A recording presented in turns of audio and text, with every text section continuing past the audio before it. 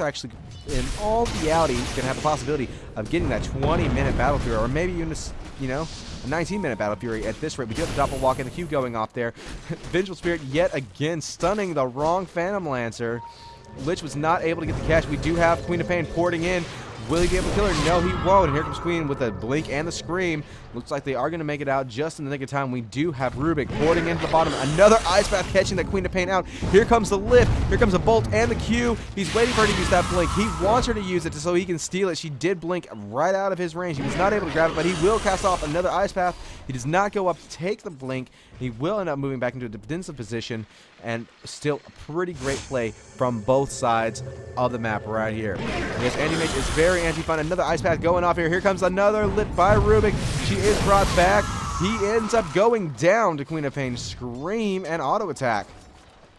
Very, very unfortunate play for the Rubik of that team right there. Queen of Pain is starting to move up on the GPM. As you can take a look right here, she is sitting in third place. She was sitting in about fifth. Bat Rider now falling down from his position in gold per minute. Taking a look over here at the XP graph now, we still have the Radiant leading that. Queen of Pain coming in with another blink and scream, but it is not enough. We do have a great kill from the Lich's Q on her face. That'll sit her back down for a little while. Let's go ahead and take a look at the graphs here. Looks like the XP is still setting in heavy, heavy sides for the Radiant team. As you can see, though, it is 7-2. So let's take a look at the gold. While the gold was dipping down quite far for the Dire, now it's starting on a little upward slope towards the Radiant since they are getting off those kills in the early game. Remember, that XP might be worth more than gold, especially as we're getting in here to the middle. Though Anti-Mage is getting his farm on, it may not be enough. And let's take a look. He already has that, a 17-minute Battle Fury. 2 minutes before I had anticipated it. He's doing a very good job with the farm right now. He will end up in about another 10 minutes being a very formidable force for the Radiant. Bat Rider did get found out there from the VS, and he will end up moving back. And here comes the Rubik. We do have a 4-man gank down at bottom, getting ready to shoot on up. Let's see if they have what it takes to end up taking this home. We do have Vengeful Spirit taken out of position. Here comes the Q. Here comes the ult. Excellent bounce. Here comes the Tide ult. And they are going down. Here goes the Qs. And boom. Ult ends up killing most of them.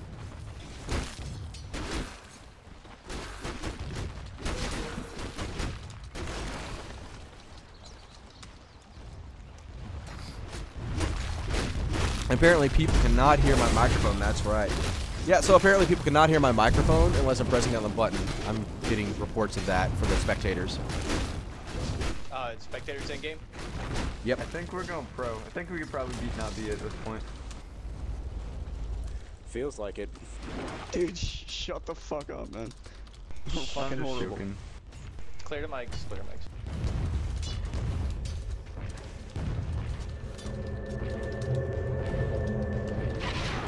So, yeah, that's right. For anyone in the spectator chat.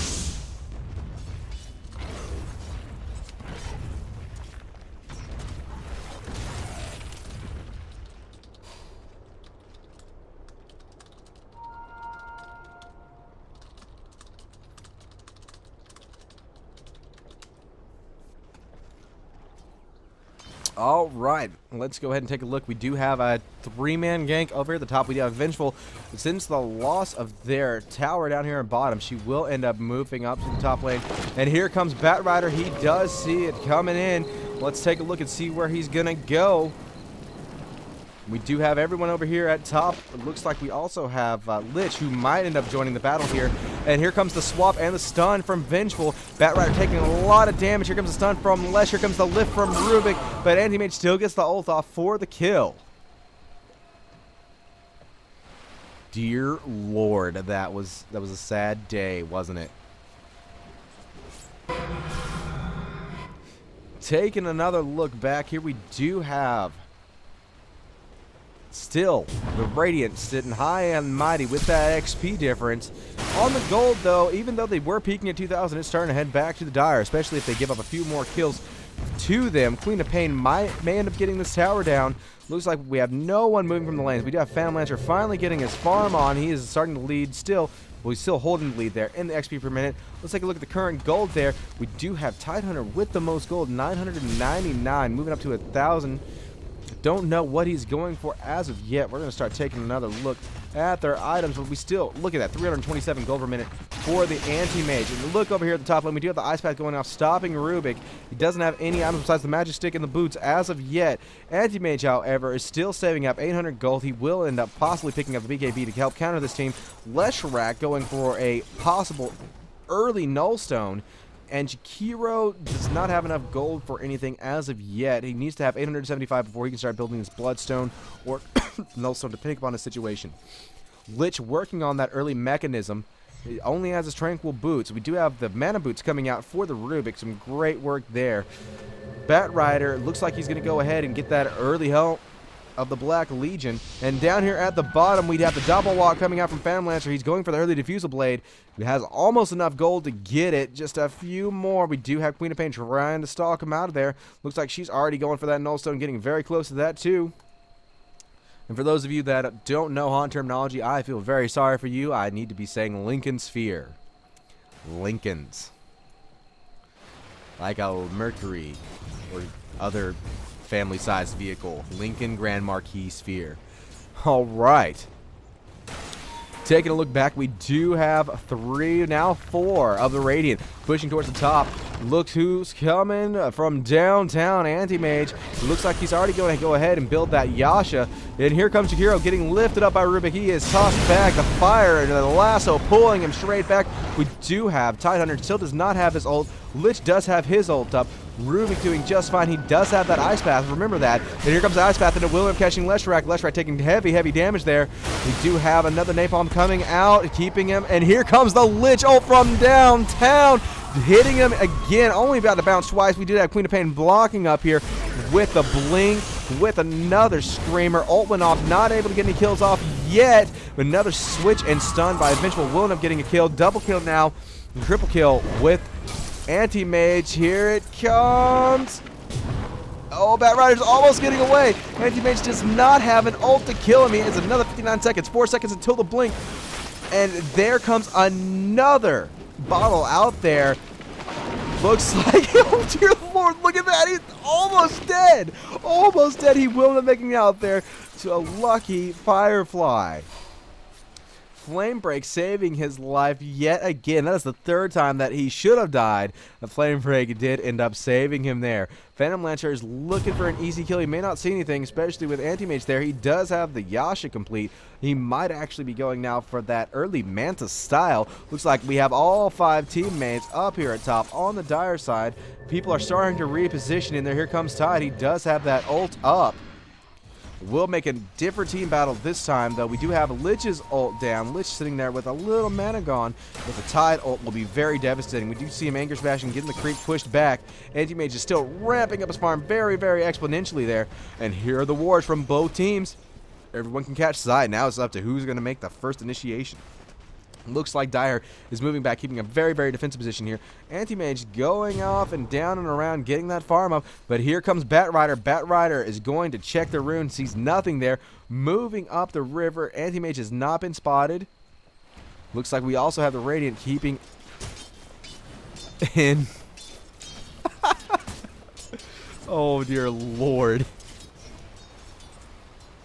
I need to disable Steam chat. Helm of the Early Awakener. Alright, here we go. The Firefly is up, and look who's caught out of position. It is Lesh. He will go down to the lift and anchor smash. Oh man, another Spirit Lance coming out of there from Phantom Lancer. It looks like the entire Dire team is spread out a little too far. They were not waiting, not patient long enough. There is a regeneration room. Looks like Queen of Pain is coming down. She will end up bottling that, but look, here comes the Pain Train coming out from the Radiant team. They are moving around to the mid. They are looking for blood, and will they find it? Dire team is still split up. We have Jakiro at top, Anti-Mage at bottom with Queen of Pain alone in the enemy jungle. And it looks like they want to go ahead and start pushing straight up this mid. And while we're waiting for the boom goes the dynamite, looks like we do have Vengeful Spirit coming out here in full form. She does have the mana boots. Jakiro does have still pretty much nothing, sitting at the same goal that he was last time that we were looking at him.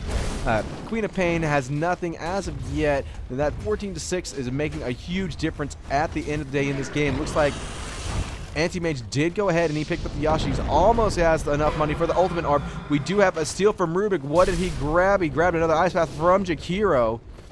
Everyone going hog wild with all the Phantom Lancer illusions. Another scream from Queen of Pain, trying to thin out the herd of creeps at the tower. Looks like we do have Bat Rider. He is wanting to go in there. He sends another flame break into the fray, keeping the team back. They do see Anti-Mage running off here to the side. They're not deciding to go on him as of yet. Here comes the scream. Here comes the Ice Path from Rubik, and Hero cannot get the counter Ice Path.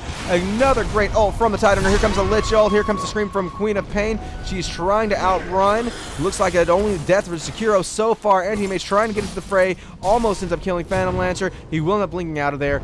2 down now. We do have the Queen of Pain out of there. 36 seconds until she's back in. Average 20 seconds before they need to start worrying about anything. They will end up taking that tier 2 of the mid tower. They're not going to march onto the base. Looks like we are having them pull back right about now. Phantom Lancer needs to go ahead and start picking up his items. You can see there he does have the Diffusal Blade, which will make him a very formidable force here as we enter into the mid game at 26 minutes. Taking another look at the graphs now, since everything has changed. Look at this different experience earned. 5,000 on upward for the Radiant side. Also, the difference in gold finally and fully swinging for the Radiant. Also, very, very great plays here. Early game, it was sitting for that Dire team, but now, as you can see here, in game 1 out of 3, it looks like that is history. And here's the Lich sneaking around with invisibility. As you can see, here's his teammates. Everybody knows where it's at. Everyone knows where it's going to go. And here comes the Q from Lich. Here comes the Ice Path that does miss. Anti-Mage will end up blinking out there towards safety. Bat Rider trying to sneak down with the ult. Look at that. Just excellent fancy footwork there from the Anti-Mage, keeping him out of harm's way yet again. He's moving them back, bringing them towards his team. Let's see what's going to happen there. We do have, yet again, Queen of Pain staying out of position, trying to get a little bit more farm. Phantom Lancer also farming up the jungle. He needs to go ahead and try to get the BKB up if he is wanting to survive. Now, is that going to be his actual item choice? We don't know. It's very hard to anticipate what people are going to be buying at this in these kind of games here. It is a Reddit tournament, but again, you can never anticipate what these teams are going to buy. Whenever you're talking about pro teams, they have very cookie-cutter builds. You know what they're going to get, when they're going to get it, and what is going to happen 99% of the time. And that's what I love whenever we're watching games that do not have those high-profile teams in there. It leaves a lot of guesswork and a lot of room and a lot of surprises that can come out. Whether they be good or bad, it's still all how you play the game. Queen of Pain will end up getting shoved away from another Spirit Lance, and look at here, we have an Ice Path coming out from Jakiro, which will end up halting the kill on Anti-Mage. A blink coming up from Rubik. He will end up getting stunned by the Vengeful Spirit, and look at that excellent double stun there from both Lesh and Jakiro, holding back the Radiant yet again. Very narrow escape there for the Anti-Mage. And let's take a look again at their items. Oh, Anti-Mage has just purchased the Manta Style. He is in it to win it there. Those copies will end up putting a little bit of a detrimental hampering effect on any of the heroes that have mana, especially Rubik. He is sitting there all alone. Here comes another Diabolic Edict from Lesh. Will not end up doing too much to him. And while we move up, remember, we do have the Lich ult. We do have the Tide ult. Looking on the enemy team, we do have swaps ready. We have another Scream ready. We do have the Makarops ready. Anti-Mage does have his ult ready. Everybody is ready to get off tons of terrible, terrible damage for both. I don't know if Nobo is screwed as of yet. That will remain to be seen here. Look at the bottom lane. We have Phantom Lancer going down to a hell of gunfire and bullets from the Dire. Looking back over here towards the mid. Unfortunately, he was overextended just enough to allow them to rotate to take him out of there. Looks like we do have a little bit of a safer gameplay coming on by both teams. I expect Roshan to be at risk right now. As you can see, we do have a crazy split going on here. From the Radiant side, with 2 in the jungle, 2 over in mid, trying to float around the river.